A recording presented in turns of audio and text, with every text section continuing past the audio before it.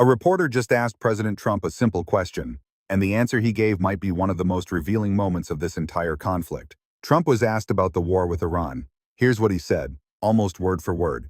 "We had to take an excursion, but it's doing well. Markets are holding up. Prices are coming down. Oil will be coming down. That's just a matter of war that happens." The reporter stopped him right there. "You just called it an excursion. Then you called it a war. Which one is it?" Trump's answer?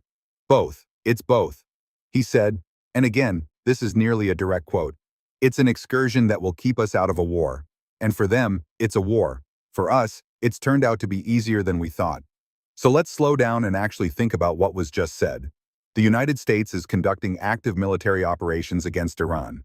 Tomahawk missiles have been fired, drones have been shot down, ships have been struck, an elementary school was hit, killing over 150 children. 11 American military drones have been lost. Oil tankers have stopped moving through the Strait of Hormuz. Oil prices spiked to $90 a barrel, and Trump is calling it an excursion. An excursion. Now, Trump did acknowledge the scale of the military operation. He said Iran had somewhere between 7,000 and 8,000 missiles, and that the U.S. took out many of them before they could be launched. He said drone manufacturing facilities are being targeted and destroyed quickly, and he confirmed that as of this moment, the U.S. has already struck 28 Iranian mine ships, apparently in response to Iran threatening to mine key waterways.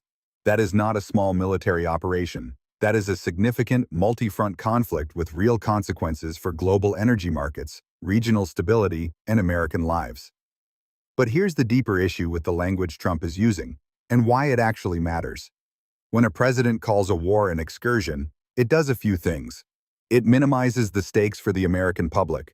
It makes withdrawal easier to justify politically, because you can't lose an excursion the way you can lose a war.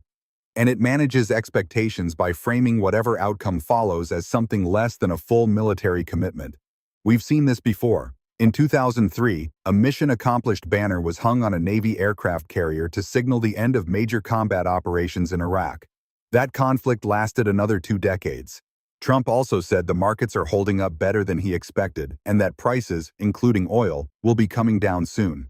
That's the economic framing. Keep the markets calm, keep consumer confidence from collapsing, and the political damage stays manageable. But oil at $90 a barrel, 200 tankers stranded in the Persian Gulf, and Iran threatening $200 oil if strikes on its infrastructure continue, that is not a stable situation. That is a situation that could get significantly worse before it gets better.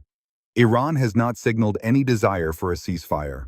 Iranian officials have publicly stated there is no room for diplomacy right now. The new supreme leader has not responded to U.S. demands, and the conflict has already spread beyond Iran's borders, with drone strikes reported in Bahrain and Iraq. So is this an excursion, or is it a war? By every measurable standard, military assets deployed, lives lost, economic disruption caused, regional instability triggered, this is a war. What it gets called in press conferences doesn't change what's happening on the ground and on the water. The question now isn't what to call it. The question is how it ends, and what the world looks like when it does. We'll keep following every development. Hit subscribe so you don't miss our next update.